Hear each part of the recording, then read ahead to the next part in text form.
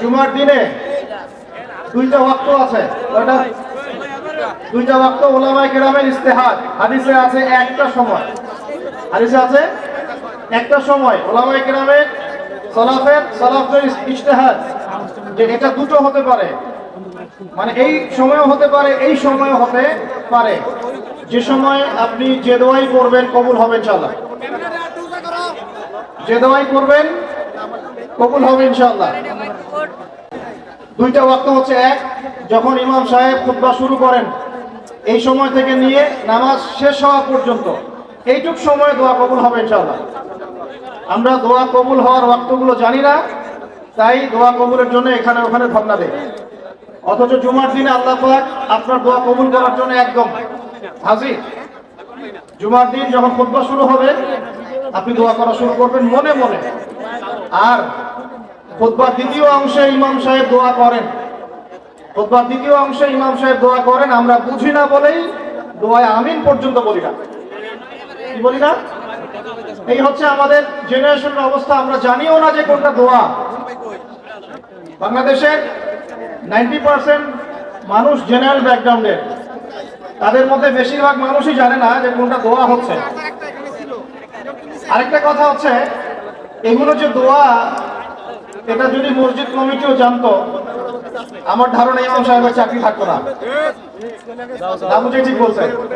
ইমাম সাহেব দোয়া করে আল্লাহুম্মা আইজ্জাল ইসলাম ওয়াল মুসলিমিন, বলেন আমিন। ইমাম সাহেব দোয়া করেন আল্লাহুম্মা আইজ্জাল ইসলাম ওয়াল মুসলিমিন, আল্লাহ ইসলাম এবং মুসলমানদেরকে ইজ্জত সম্মান দান করো। বুঝলেন কি দোয়া করেন? আল্লাহ আপনি মুসলমানদেরকে আর ইসলামকে ইজ্জত এবং সম্মান দান করেন। তখন আমরা বলি আমিন। ওয়াদিল্লাশ শিরকা ওয়াল মুশরিকিন, আল্লাহ শিরক এবং মুশরিকদেরকে আপনি জিল্লতি দেন, ধ্বংস করেন। আর আমরা বলি কি? আমরা কি বলি? আমিন। ভাই আমার দিকে ফোকাস করেন। আচ্ছা এখানে কি করবেন? সমস্যা? আপনারা বসে পড়েন না ভাই, সবাই বসে পড়েন, যা করেন বসে বসে করেন।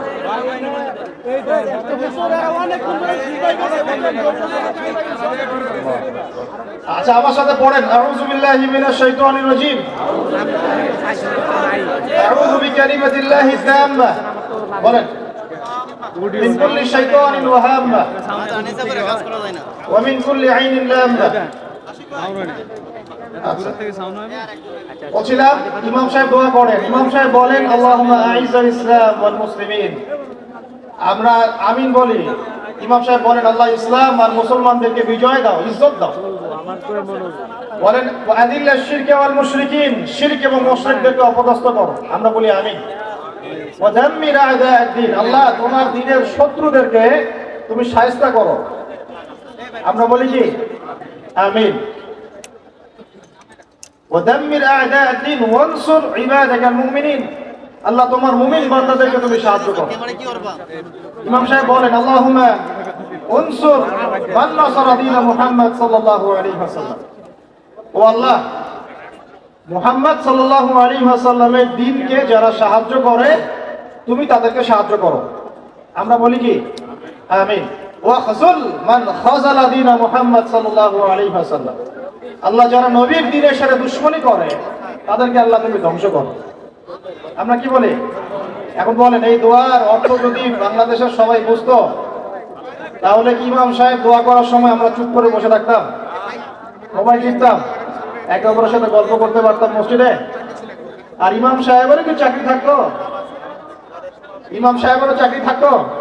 উনি বলছেন আল্লাহ ইসলামের দুশমনদেরকে ধ্বংস করেন, ইসলামের দুশমনদেরকে ধ্বংস করেন। আর কমিটিতেই বসে আছে তাগুত। সে যদি জানতো যে দোয়ার অর্থ কি তাহলে তো চাকরি থাকতো না। শোনেন, ওয়াজ নসিহত অনেক শুনবেন, শুনেছেন জীবনে, যতক্ষণ পর্যন্ত আমরা তাগুতের সাথে কুফরি করতে পারছি না আর আল্লাহর সামনে আত্মসমর্পণ করতে পারছি না ততদিন পরিপূর্ণ মুসলমান হতে পারি নাই। আমি রেফারেন্স দিয়ে কথা বলছি। আল্লাহ পাক সূরা বাকারায় আয়াতুল কুরসি নাযিল করেছেন 255 নম্বর আয়াত। কত নম্বর? যেটা প্রত্যেক ফরজ নামাজের পরে পড়তে হয়, ঘুমানোর আগে পড়তে হয়। এবং এটা আপনাকে হেফাজত করবে, আল্লাহ পাকের রহমতে একজন ফেরেশতা আপনাকে প্রোটেক্ট করবে।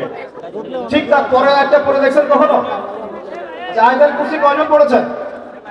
হাত নামান। এর পরের আয়াতটা কয়জন পড়েছেন? এই দেখেন অবস্থা, হাত নামান। আয়াতুল কুরসির পরের আয়াতটা শুনেন। আল্লাহ পাক বলছেন, বা'দা আউযু বিল্লাহি মিনাশ শাইতানির রাজীম, লা ইকরাহা ফিদ-দীন। দ্বীনের মধ্যে কোনো জবরদস্তি নাই। কি নাই ভাই? দ্বীনের মধ্যে কোনো জবরদস্তি নাই। ফাতাবায়ানা রুশদু মিনাল গায়, মানে সত্য মিথ্যা, আলো অন্ধকার, হক বাতিল স্পষ্ট হয়ে গেছে। যেটা হেদায়েত আর যেটা গোমরাহি, এটা স্পষ্ট হয়ে গেছে। স্পষ্ট হয় নাই?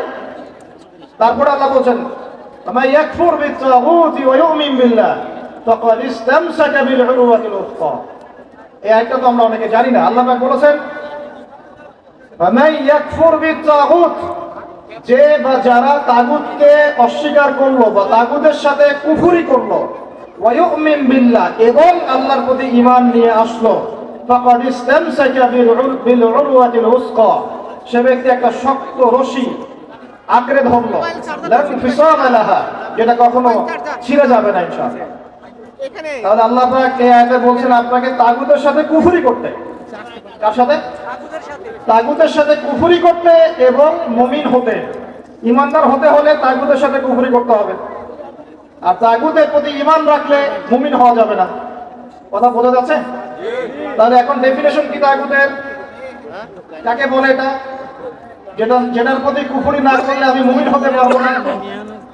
এক, আল্লাহ বাদ দিয়ে যার ইবাদত করা হয় সেটা তাগুত। আল্লাহ বাদ দিয়ে যার ইবাদত করা হয় সেটা তাগুত। আল্লাহ বাদ দিয়ে এমন কারো দাসত্ব করা যেটা আল্লাহ রাব্বুল আলামিনের কোরআন এবং সুন্নাহ শরীয়তের মূলনীতির বাইরে, তাগুত। এমন কোন বিধান যেটার দাসত্ব করলে আল্লাহর কোরআনের বিধানকে অবজ্ঞা করা হয়, ওটাও তাগুত। এমন কোন সিস্টেম যে সিস্টেমটা আল্লাহ এবং তার রাসূলের বিধান মোতাবেক চলে না, গায়রুল্লাহর বিধান মোতাবেক চলে, ওটাও তাগুত। আমার কথা কি বোঝা যাচ্ছে? ভয় লাগতেছে? তাগুতের সাথে কুফরি না করতে পারলে মুমিন হতে পারবেন না।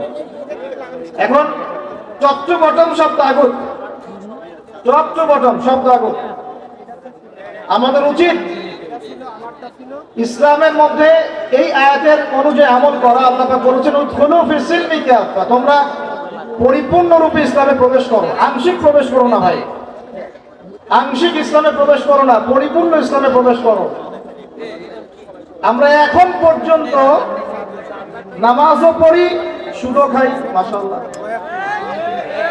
আমরা এখন পর্যন্ত নামাজও পড়ি, বেপরদায় চলি, নামাজও পড়ি, বছর বছর হজ উমরাও করি, মাঝে মাঝে দান সাদাকা করি, কিন্তু যাকাত দেই না।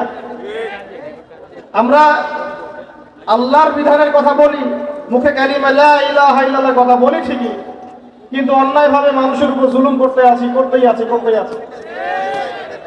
আমরা লা ইলাহা ইল্লাল্লাহ বলি ঠিকই, তারপরেও লা ইলাহা ইল্লাল্লাহর একটা বিধানও বাস্তবায়ন করি না। বাস, এখন কতটুকু মুমিন আছি আর কতটুকু মুসলমান আছেন, আর এই প্রোটেস্ট্যান্ট ভার্সন ইসলাম পালন করলে কি ফায়দা হবে, এটা আপনি বুঝতে চেষ্টা করুন। বলছিলাম যে অন্তত পক্ষে জুমার খুতবা চলাকালীন এবং জুমার খুতবায় যে দোয়াগুলো হয় তখন আমিনটুকু বলেন। আমাদের আরবির এমনই বেহাল দশা, ইমাম সাহেব কি তেলাওয়াত করছে ওইটুকু আমাদের জ্ঞান নাই। ইমাম সাহেব তেলাওয়াত করছে, ইয়া আইয়ুহাল্লাযীনা আমানু ইত্তাকুল্লাহ, হে মুমিনগণ তোমরা আল্লাহকে ভয় করো, ওয়া যারু মা বাকিয়া মিনার রিবা, তোমরা সুদের অবশিষ্ট অংশ মানে সুদ ছেড়ে দাও। ইন কুনতুম মুমিনিন, যদি প্রকৃতপক্ষে মুমিন হয়ে থাকো তাহলে ছেড়ে দাও। কি ছেড়ে দাও ভাই? সুদ। কে বলছেন? আল্লাহ। তারপরে আল্লাহ পাক বলেন, ওয়া ইল্লাম তাফআলু, যদি তোমরা সুদ না ছাড়ো, ফা'যানু বিহারবিন মিনাল্লাহি ওয়া রাসূলিহি, তোমরা আল্লাহ এবং তার রাসূলের সাথে যুদ্ধের ঘোষণা শুনে নাও। কি বুঝলেন? কি বুঝলেন? যে ব্যক্তি সুদ খায় সে কার সাথে যুদ্ধ করতেছে? আর রাসূলের সাথে। যে ব্যক্তি সুদ খায় সে আল্লাহর সাথে যুদ্ধ করে, রাসূলের সাথে যুদ্ধ করে। মুসল্লি যারা দাঁড়িয়ে আছে, ইমাম সাহেব তেলাওয়াত করছে এই আয়াতটা, মুসল্লি হাই উঠাচ্ছে, হাই উঠাচ্ছে। এই হলো আমাদের আর্মির অবস্থা। কোরআনের যে ক আমরা জানি না, এটা তার অবস্থা।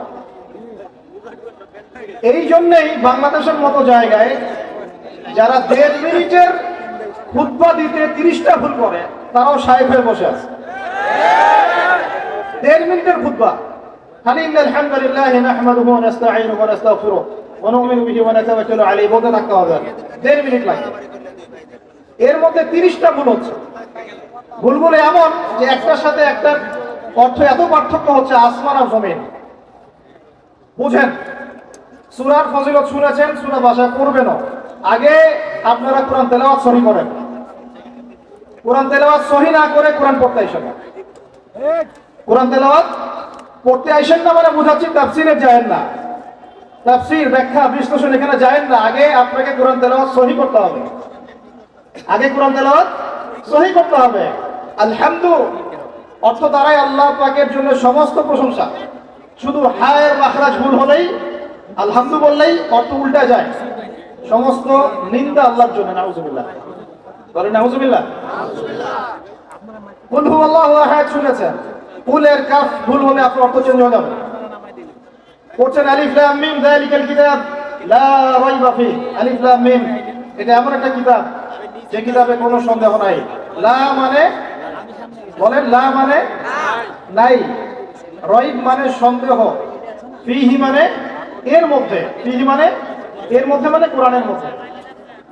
তো এখন লা মানে নাই, এটাতে মদ আছে।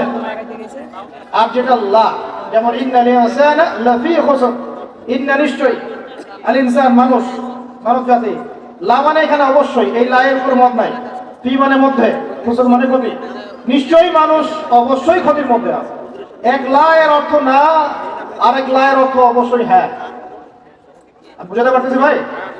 এক লা এর অর্থ বলেন না, আরেক লা এর অর্থ অবশ্যই হ্যাঁ। এখন আপনি যদি পড়েন যালিকাল কিতাব লা রাইবা ফি, কি অর্থ দাঁড়ায়? আপনি অর্থ করেন দেখি কি অর্থ দাঁড়ায়? এটা এমন একটা বই, নাউজুবিল্লাহ, যে বইয়ের মধ্যে অবশ্যই আস্তাগফিরুল্লাহ, কি হলো এটা? কুফর, ঈমান থেকে কুফর। কুল ইয়া আইয়ুহাল কাফিরুন, বলো হে কাফের সম্প্রদায়, লা আ'বুদু মা তা'বুদুন, আমি তার ইবাদত করি না যার ইবাদত তোমরা করো। লা আ'বুদু, এখানে মত আছে, লা আ'বুদু, আমি ইবাদত করি না, মা তা'বুদুন, যার ইবাদত তোমরা করো। এটা ঈমান কি না? ঠিক আছে তেলাওয়াত।